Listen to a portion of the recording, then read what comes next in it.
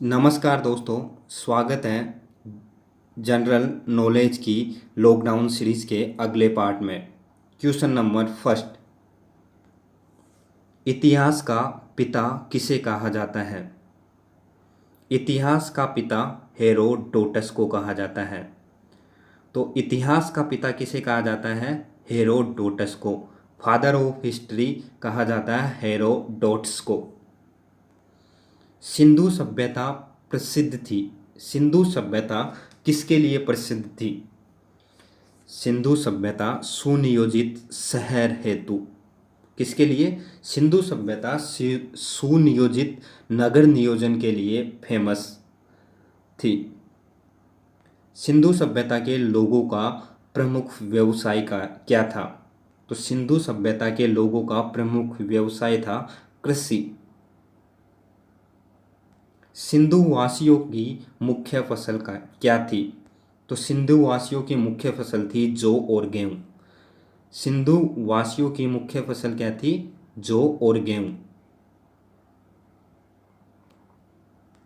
सिंधु सभ्यता का सर्वाधिक पूर्वी एवं पश्चिमी पूरा स्थल है।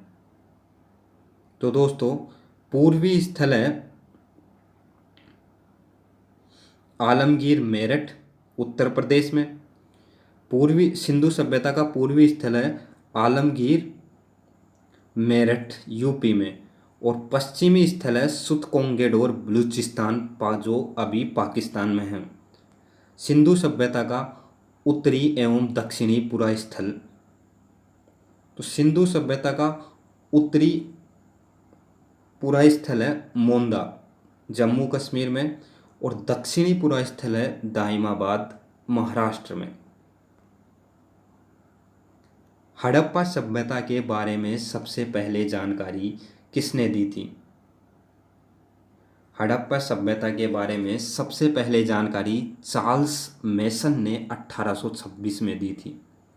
हड़प्पा सभ्यता के बारे में सबसे पहले जानकारी किसने दी? चार्ल्स मेसन ने 1826 में। मोहनजोदड़ो एवं हड़प्पा की पुरातात्विक खुदाई के प्रभारी थे सर जॉन मार्शल। हड़प्पा सभ्यता थी, तो हड़प्पा सभ्यता एक कांस्य युगीन सभ्यता थी। कौन सी सभ्यता थी? हड़प्पा सभ्यता कांस्य युगीन सभ्यता थी। कांस्य युगीन सभ्यता थी। सिंधु सभ्यता की लिपि क्या थी? सिंधु सभ्यता की लिपि चित्रात्मक थी। मिस्र के राजा कहलाते थे, तो मिस्र के राजा फराओ कहलाते थे। खरोष्टी लिपि लिखी जाती है। खरोष्टी लिपि दोस्तों दाईं तरफ से इधर की तरफ से इधर लिखी जाती थी, दाईं से बाएं। स्वास्तिक चिन्ह देन है, तो स्वास्तिक चिन्ह सिंधु सभ्यता की देन है। स्वास्तिक चिन्ह किन की देन है? सिंधु सभ्यता की देन है।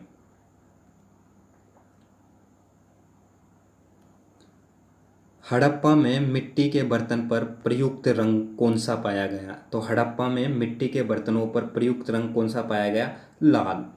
लाल रंग पाया गया। मृदभांड और चावल के दाने कहाँ से मिले थे?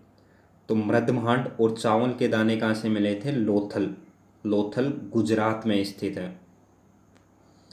सिंधु सभ्यता का सर्वमान्य काल क्या था? तो सिंधु सभ्यता का सर्वमान्य काल माना जाता है 2500 ईसा पूर्व से 1750 ईसा पूर्व तक। 2500 ईसा पूर्व से 1750 ईसा पूर्व तक।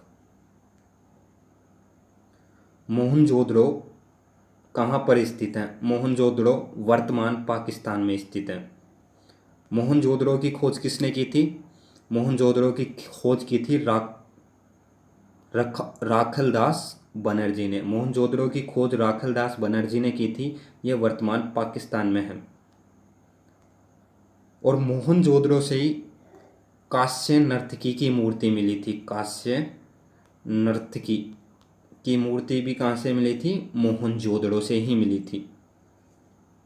सिंधु सभ्यता की सबसे बड़ी इमारत है। दोस्तों, सिंधु सभ्यता की सबसे बड़ी इमारत मोहनजोदड़ो से प्राप्त अन्नागार है। सिंधु सभ्यता की सबसे बड़ी इमारत मोहनजोदड़ो से प्राप्त अन्नागार।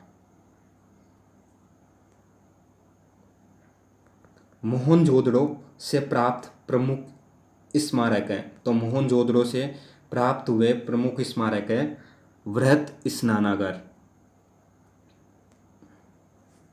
नेक्स्ट, मेसोपोटामिया का अर्थ है। मेसोपोटामिया का आधुनिक नाम क्या है दोस्तों? इराक।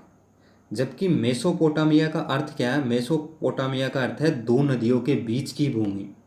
दो नदियों के बीच की भूमि मेसोपोटामिया कहलाती है। मतलब जैसे एक नदी ये है, दूसरी नदी ये है, तो दोनों नदियों के बीच की जो ये भूमि है ये मेसोपोटामिया।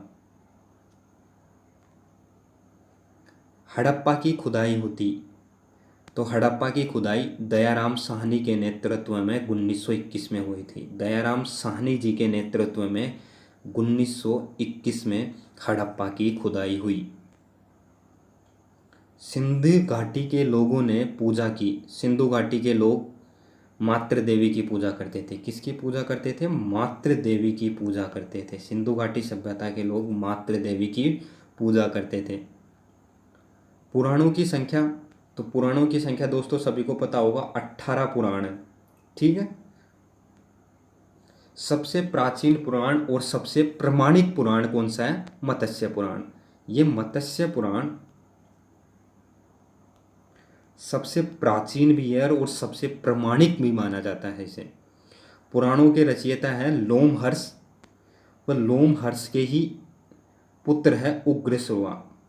तो पुराणों के रचयिता है दोनों बाप बेटे, मतलब लोमहर्ष एवं उग्रश्रवा। वेदों व वेदांगों की संख्या, तो वेदों की संख्या तो 4 है दोस्तों। ऋग्वेद, यजुर्वेद, सामवेद, अथर्ववेद। जबकि वेदांगों की संख्या कितनी है? वेदांग है 6 वेदांग।